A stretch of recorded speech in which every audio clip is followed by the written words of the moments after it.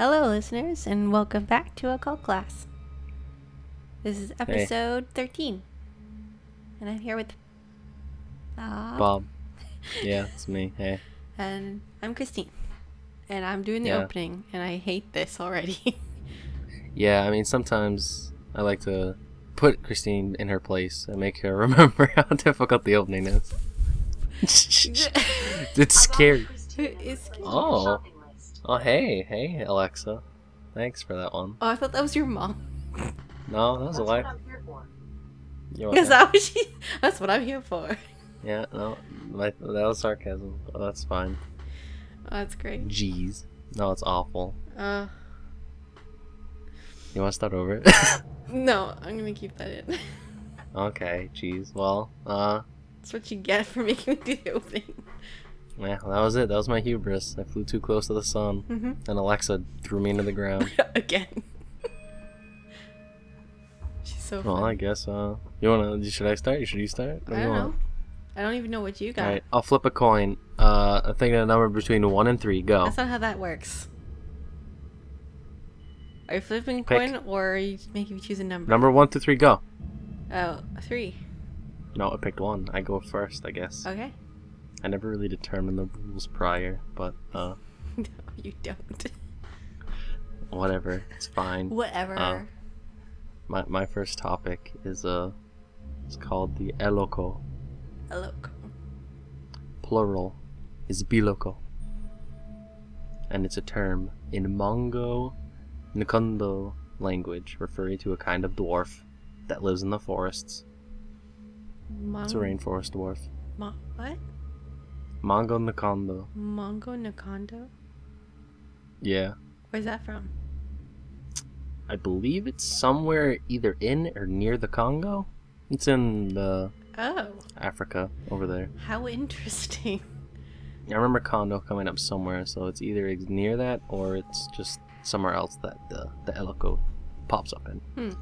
Let's go for it. So they're a dwarf. They're kind of short, hairless completely. The only thing they have completely hairless, but they're covered in grass and moss, growing over their bodies. They are many times depicted with a big grass beard, and they have clothes made of leaves. Okay. They smell like the rainforest. They have piercing red eyes like flames, a snout, and mouths that can open wide enough to swallow a whole person. What? Alive or dead. They have long sharp claws, and, most terrifying of all, a gentle voice like that of a child. Huh. They're short, but they have strength that far surpasses humans. They can only be defeated by the strongest of heroes or sorcerers. Or sorcerer. They're believed to be spirits of the ancestors of the people who live there. So they're like ghosts, but they're like rainforest spirits. Yeah, they haunt the forest due to some unfinished business or grudge they held. It's like angry, weird Kodama with like super Yeah, they strength. tend to be rather hostile. Huh. They live in the deepest and darkest parts of the forest in Zyger and ferociously guard their treasures, the game and fruits of their home. So they're also kind of like protectors of the forest, but not really. Kind of just scary forest people. They live in the hollows of trees. In the hollows like a squirrel. of trees? Yeah, just chill. One of the scariest things about the Eloka, or I guess technically the biloko, because it's plural, they walk around with an item. Can you guess what it is? Is it teeth? No, a bell. A bell, okay. Yeah, which in Central Africa are believed to be able to cast a spell on passerbys. Huh. If you carry on an amulet or a fetish, you can protect yourself from this. And a fetish I looked up is a ward or charm. Yeah, I remember I was reading a comic, like a webcomic called Fetish, and it was about. Yeah, so you can either have a water charm or you can like really big boobs, and you'll be safe. The bell is associated with the god of death. The Eloka may have originated as one of his retinue. In the tales is one of the theories from their origination. Hunters who dare go into the deepest parts of the forest do so due to their strong magic. Otherwise, they'd never find game there. Some tales tell of their wives being like, hey, I want to go. And they're like, no, you can't. And like, I want to go. He's like, no. And they go, I want to. So the dude gives in. He's like, fine. But then they see an Eloka pass out.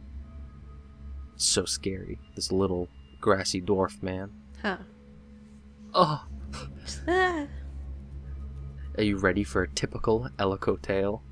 Sure. It's pretty terrifying. This is how I'm going to end off with the Elokos, the scary dwarfs who eat you if they find you. One day, a hunter took his wife, at her insistence, into the forest, where he had a hut with a palisade around it. I think that's a fence. When he went out to inspect his traps, he told her, when you hear a bell, do not move. If you do, you will die. So he left. Soon after, she heard the charming sound of a little bell coming closer. For the Eloka has a good nose for feminine flesh. Finally, a gentle voice asked to be let in the room. It was like the voice of a child. The woman opened the door, and there was an Eloka smelling like the forest.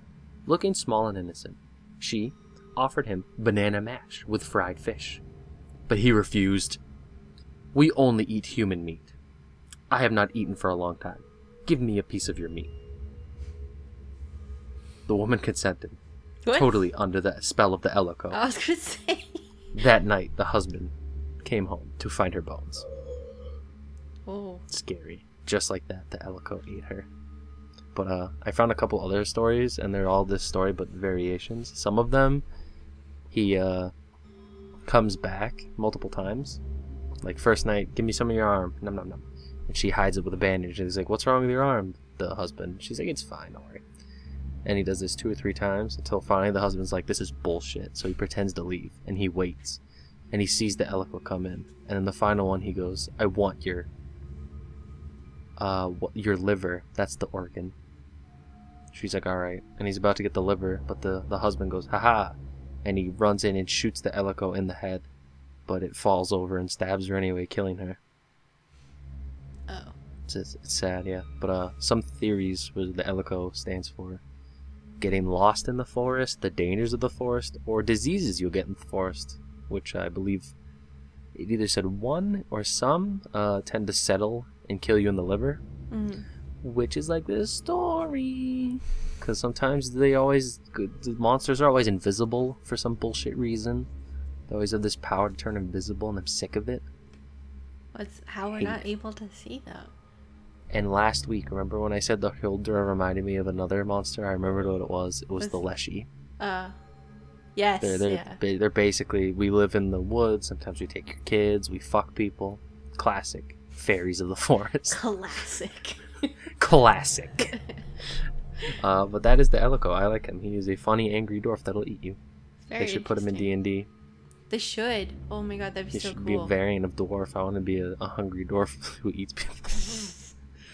Nom nom nom. What's your first story, dog? I'm doing stories this time again. Story time with Christine. All right, here's a new. It's called it's our new segment. It's called Story Time with Christine. Yes.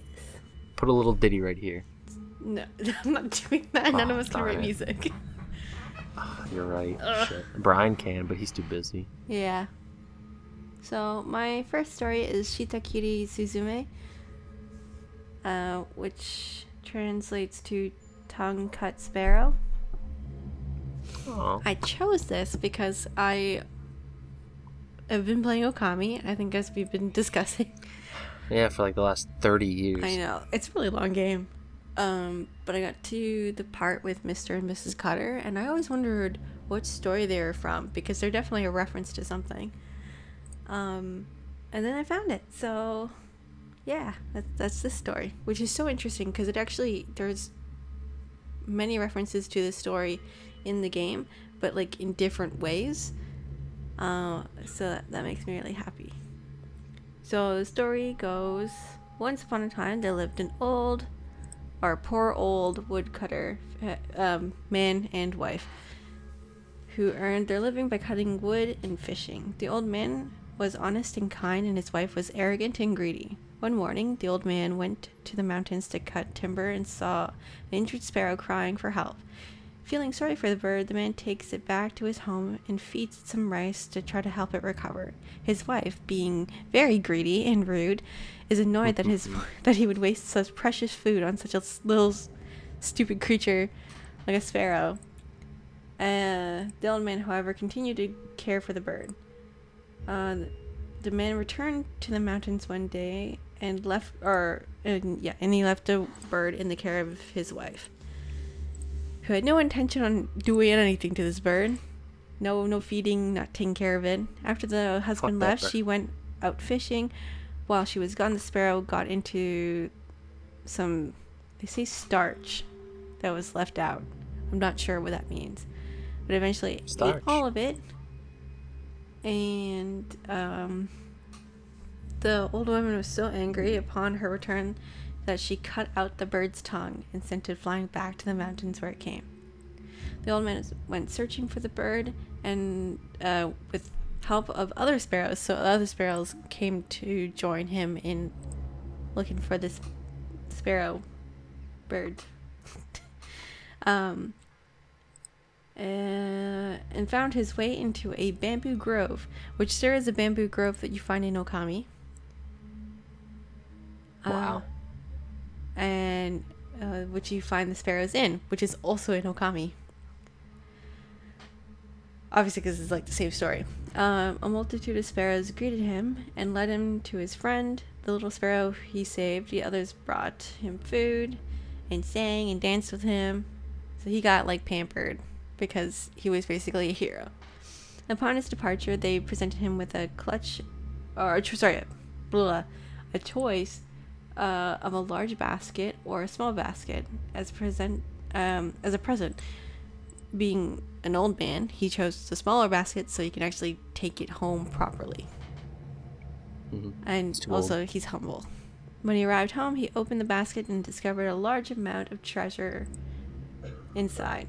His wife, learning of the existence of the larger basket, ran back to the Sparrow's Inn in hopes to get more treasure for herself. She chose the larger basket, but was warned not to open it before getting home. Though she was very greedy, she could not resist, and she opened the basket before she got home. To her surprise, it was full of deadly snakes and other monsters, and they startled her so bad that she fell off the mountain. Yeah. I bet. So, funny enough, when you go and meet Mr. and Mrs. Cutter, they're both bad in the game, but the story is passed on. There's a character in the Sparrow Inn, in Okami, that basically is the story. It's like, oh, I saved this bird, and I feel like I'm getting pampered because I saved this bird when I was a kid, and I didn't know all these sparrows are taking care of me and feeding me food. And one of the sparrow girls is like, oh my god, he saved me when I was a kid, and oh, it's so great. So there's that. And then Mr. and Mrs. Cutter has a basket on her back, and when you drag her into the moonlight, the basket, like, oh wait, no, it's not the drag. You drag her into the moonlight, and she kind of goes like, I'm a demon, but like she has this basket that like spits out like little monsters and things. So it's like the basket in this, but then you kill her. And it turns out they were just, I'm not sure what they're called actually. I think they're like the ubume, but not actually the ubume. But yeah, I really like that story. I never knew it until now. But I guess I did know it because it was already present in the game. I didn't know I liked that story till I read it. Christine, yeah. 2018. Super cool. Super cool. I don't have any other mentions about this story. I have another story that I can talk about, but I'll save that till after yours. Oh man, I have to go back to mine. Okay, here we go. This one's pretty spooky. You're gonna get real shook when I bring this one up. Can you guess who it is? No. Okay, well, here we go. Shaitan. Or Shaitan? This is a hard one, because I think I'm saying it wrong. But we'll find out later. Where's it from? Shh, we'll find out later. Wait, we're not there yet. It's a secret till I get there. Okay. A malevolent class of unbelieving jinn in Islamic myth. Oh. It's also the name of Iblis, the devil, when he is performing demonic arts. The term Shaitan has the same origin as the Hebrew Satan, the English source of the word. It's Satan, Christine. It's Satan. So from now on, I'm gonna say Satan, even though Shaitan is basically S-H-A-Y or I. Santa-san. So it might actually just be pronounced as Satan, but I do not know of anyone who speaks that language, so I don't know how to pronounce it correctly. But we're gonna go with Satan because it sounds funnier. Okay. Santa-san. You ready? Although Islam puts Satan and jinn together when it comes to the issue of invisibility, it generally distinguishes between those two as different beings. Both are said to be created from fire. The Satan are created from the smoke, and the jinn from its blaze. Folklore describes them as really ugly. Yeah. Big ugly. Big ugly. Capable of assuming human form, though their feet tend to remain as hooves. Oh. They can also take the shape of animals and inhabit corpses. Also, as previously mentioned, turn invisible. Scary. Can you guess what they eat? People. You idiot. No, they eat excrement and dirt. Holy crap. Mm-hmm. They have a notable aversion to water. Hate that. Mm-hmm. If one forgets to wash their hands after supper and goes to bed with dirty hands, they may be licked clean into bloody stumps by morning. Because of Satan. They use disease as their weapon and are said to exist on the borderline between light and darkness. Indian and Syrian Satans are described as the strongest of their class. They have bigger muscles. The Satans are generally hermaphrodites, unable to marry. And can you guess how they reproduce?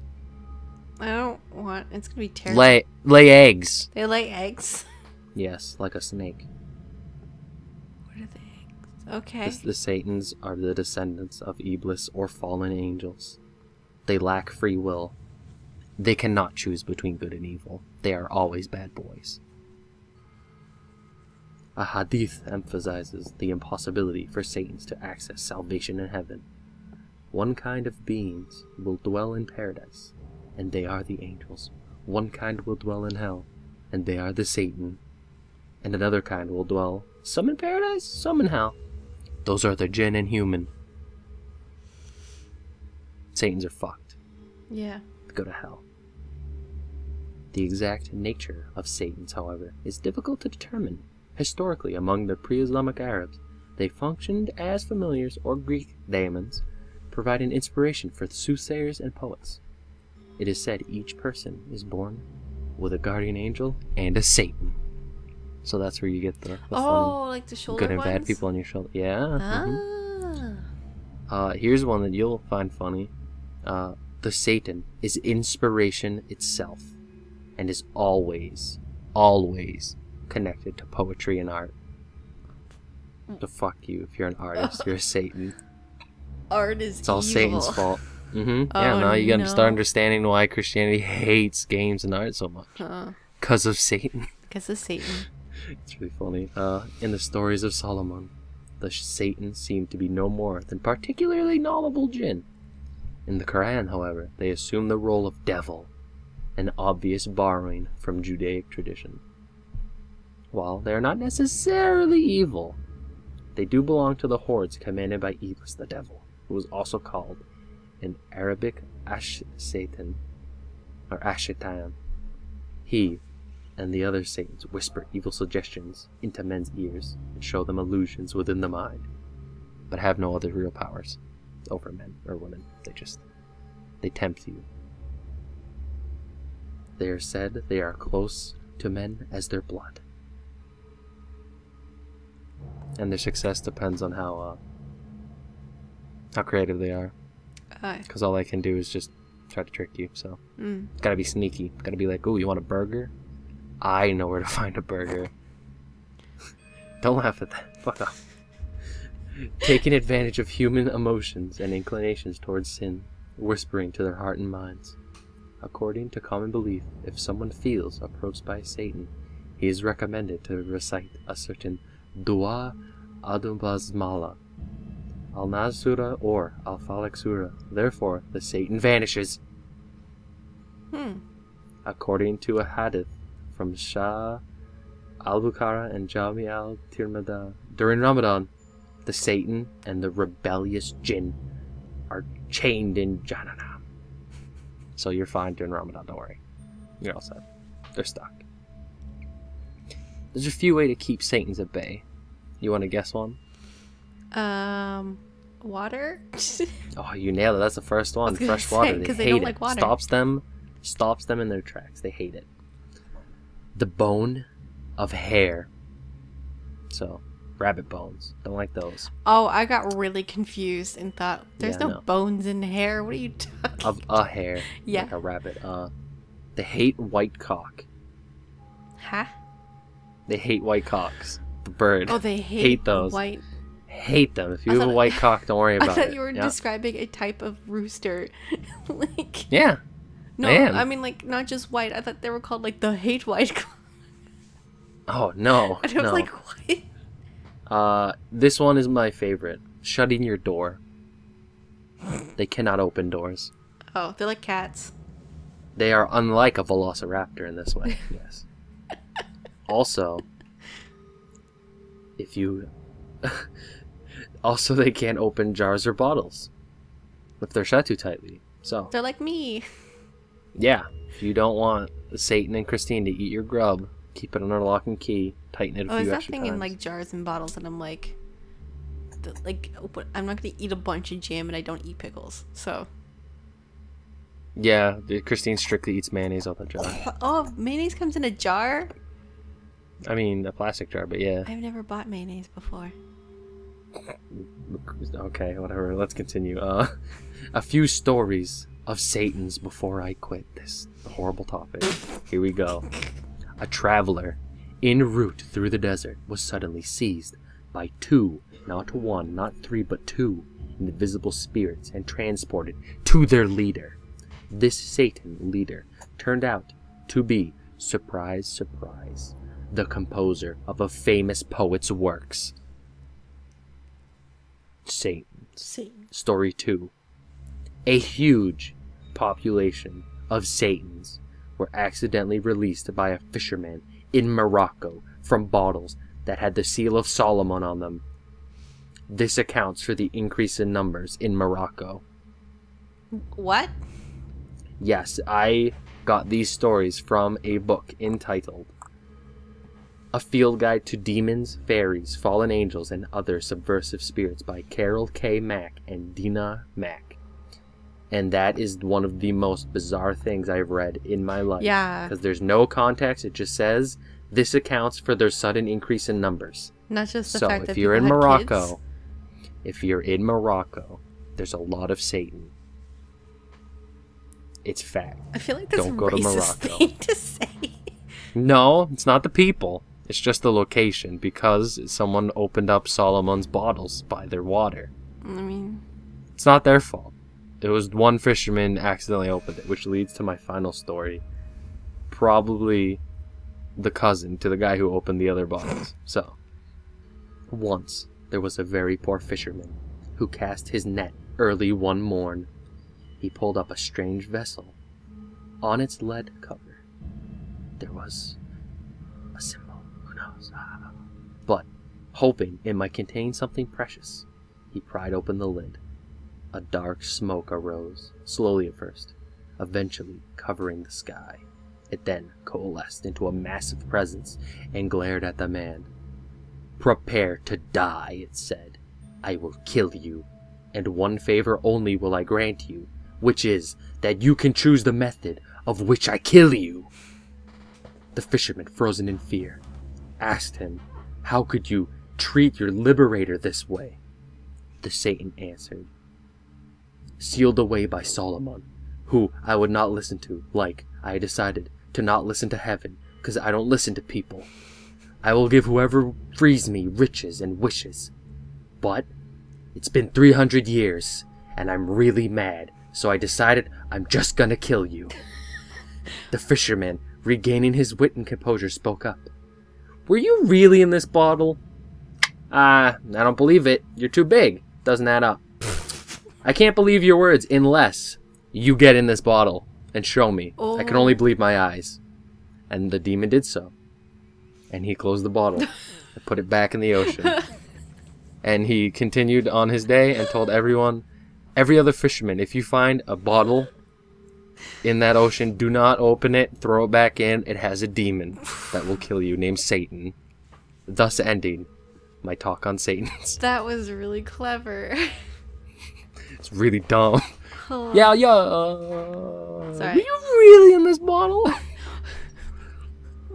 Doesn't add up, mate. Makes me think of all like the tricks that Aladdin did for Genie in Aladdin. Yeah. Holy crap. That's amazing. It's pretty funny. I actually love that. That's pretty great. It's a good story. I like that fisherman. Yeah. Dummy. Actually, I guess a good smarty. The demon was a smart one. It's very funny. Now we'll go on to your next story. Is it about a Satan in a bottle? No. No. No, it's actually one of my favorite ghost stories from Japan. Ooh, is it the one that sits in the bathrooms? No. What? What? So you sit in the bathroom and go, hey, Jerry, you in there? And then she comes over and stabs you. No. Or something. We talked about it on one of the episodes, didn't we? Well, like Yuki Onna, like, goes in the bathtub. That's the only thing I think about is Yuki Onna that goes in the bathtub and, like, she gets in the bath and then her husband comes along and it's like, oh no, she's gone. She's only left icicles. No, not bathtub, bathroom. I think we might have actually talked this not on that episode. It's when you you go into like the third floor on a high school bathroom and you go, hey, okay. Suzanne. Sorry. Didn't we talk about that? Bathroom makes me think of a room with a bath. Fuck you. What do you when you go to the mall? What do you say? I'm going to the lavatory. Washroom. I hate you and your Canadian ways. Disgusting. It was like, oh. Continue. Say your story. I'm mad. Hold on. I'm kidding, but I'm I am done with this. God damn myself for bringing it up. I have. Damn me to heck. One story, but like 3 different versions of it. Ooh. I only knew one of them, but now that I've read all the rest of them, it's like, yeah, that's interesting. How many times does the Eloka ask for a piece of her butt meat to eat? Because that happens in one of mine. Alec? That was the second thing he asked for. First was the arm, second was the ass, third was the liver. Why? Does that happen in you? Because butt meat's delicious. Have you ever eaten bacon? I mean, I have. Yeah, you've been bacon. Wow. Damn. No, that doesn't sound good. Damn. I'm sorry. Please get your story. I keep... Okay, I'm gonna talk about Okiku. Eloka's an ass, man. Okiku. So the story goes, there was once a beautiful servant named Okiku who worked for Samurai Oyama Teisan. Okiku often refused his amorous advances as he tricked her into believing that she had carelessly lost one of the family's 10 precious Delft plates. Delft plates are like those like white plates with the blue ink designs on them. They're very pretty. Such a crime would normally result in her death, which I think is kind of ridiculous for a plate. Don't fucking lose my plates, you piece of shit. Plates. In a frenzy, she counted and recounted the 9 plates many times. It's supposed to be 10. She counts 9. However, she could not find the 10th plate and went to Aoyama in guilty tears. The samurai offered to overlook the matter if she finally became his lover, but again she refused. Enraged, Aoyama threw her down a well to her death. It is said that Okiku became a vengeful spirit on Onryo, who tormented her murderer by counting to 9 and making a terrible shriek to represent the missing 10th plate. Or perhaps she had tormented herself and she's still trying to find that 10th plate. So I'm going to say this right now. The well that this story is based off of actually exists. Oh, no. I want to go. Go to the scary plate well. Is it customary to bring a plate and leave it there? Not that I know of. I know how to get rid of her, though. Oh. But I'll get to that after. Because there's 2 other versions. Okay. So, my goodness. I hope they're as scary as the first one. So the Ningyo Joruri version has a lot of names in it, so I'm going to try my best. Yeah. Hosokawa Katsumoto, the lord of Himeji Castle, had fallen seriously ill. Katsumoto's heir, Tomosuke, plans to give a set of 10 precious plates to the shogun to ensure his succession. However, chief retainer Asayama Tetsuzan plots to take over. Tomosuke's retainer, Funase... So, the reason that there's so many names is that it was actually a play. This is a play. So it's like, they're singing all of this. Funase Senpei Taketsune, it's a really long name, is engaged to marry a lady-in-waiting, Okiku Tetsuzan. Yes, her last name is Okiku. Tetsuzan plans to force Okiku to help him murder Tomosuke. So Tetsuzan, through the help of a spy, steals one of the 10 plates and summons Okiku to bring a box containing the plates to his chamber. There he attempts to seduce Okiku. She refuses due to her love for Taketsune.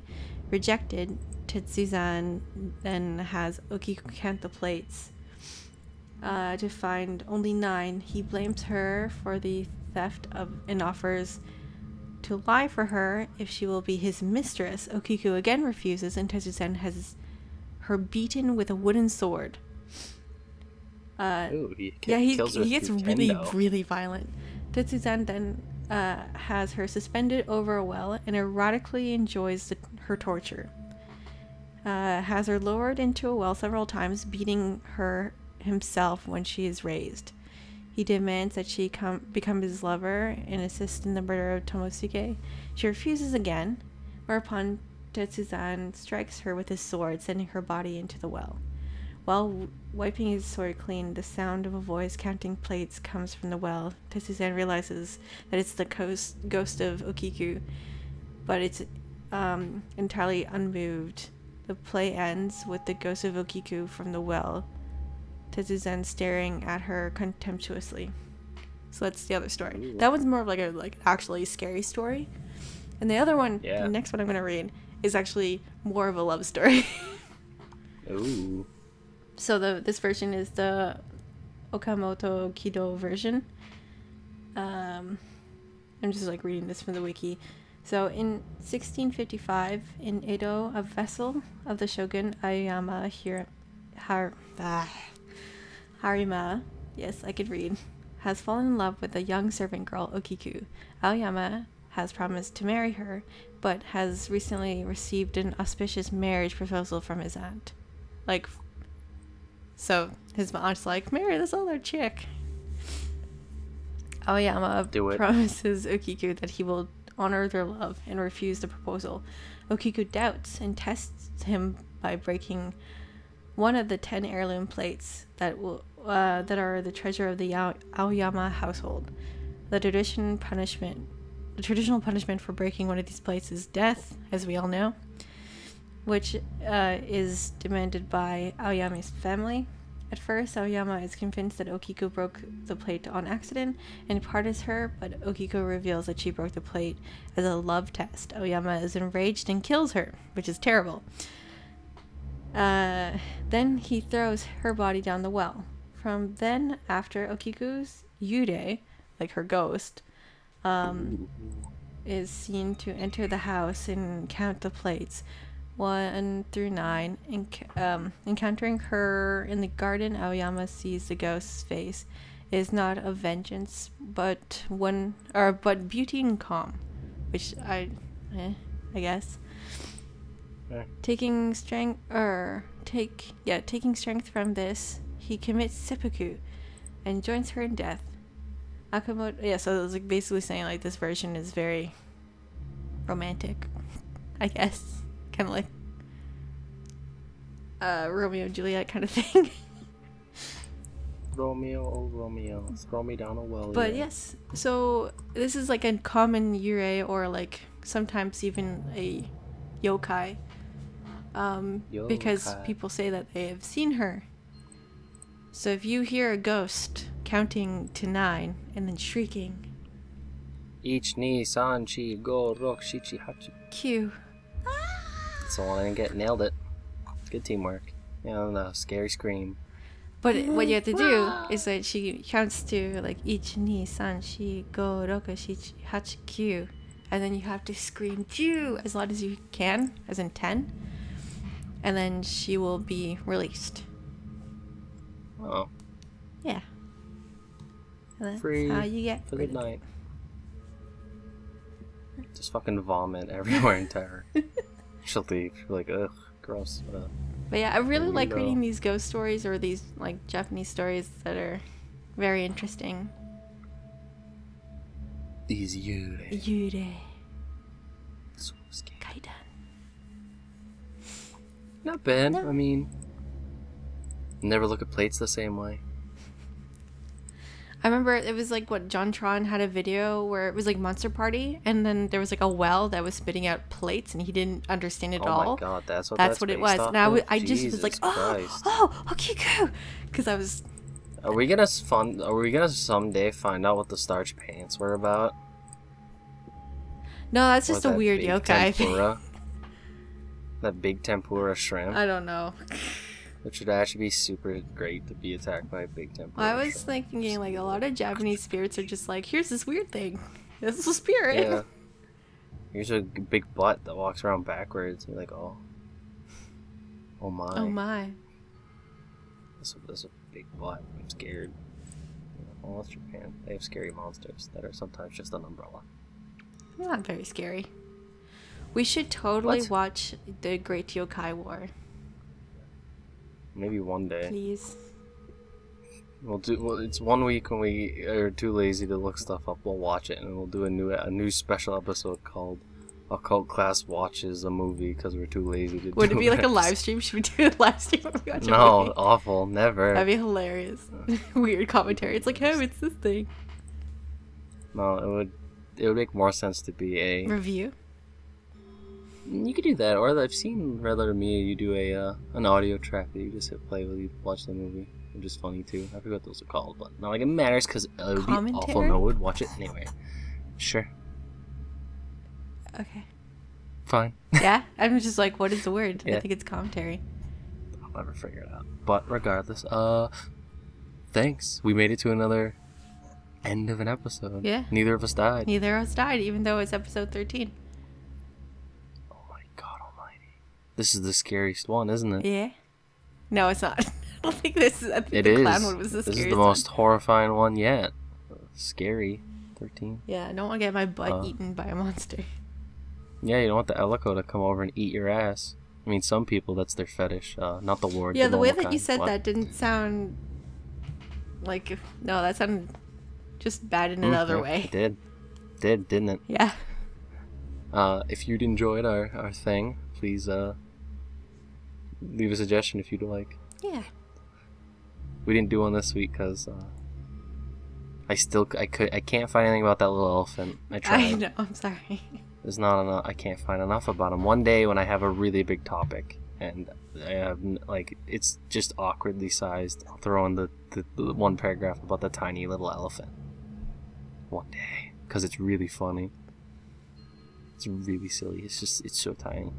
Oh, I did want to mention that I was with a friend and she was playing Persona 5, and one of the enemies was a woman in a kimono with like combs on the side of her head, like giant combs. Right. And I'm like, is that Kushinada? And the name is actually just Kushinada. So that yeah, somebody actually commented that Persona 5 has a lot of youkai. They have a lot. They actually had they have the Pisacha or Pisaka. Yeah, that's the exact one I was thinking of. Yeah, they have he so said much. That, and I was like, oh yeah, huh. It's funny. They have a lot of really interesting ones. They have the Quetzalcoatl. Oh, though it doesn't look like it looks snake. all right, but it's not as interesting looking as it could be.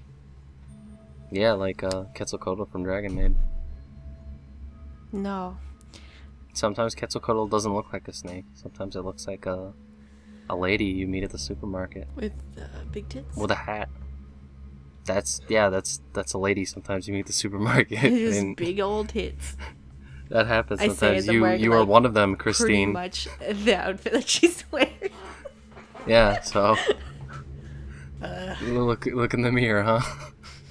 And it stares back, and you go, oh, I am Quetzalcoatl. I'm not Quetzalcoatl because I'm a weird creep character. Oh. She creeps on a kid. It's bad. Yeah, it is, but whatever. She's a dragon. It's weird. It's ethically weird. Yeah, all of it's kind of like a... like the Eloka who just eats butts, dude. Eats butts and arms. Monsters are weird like that, though. Sometimes they just eat your ass, dude. If you liked our horrible thing, please make other people listen to our horrible thing and say, hey, in this video, talk about a lot of ass. Tell all your friends. I tell mine, but I only have 4. So. Am I one of the 4? It's not useful. No. Oh.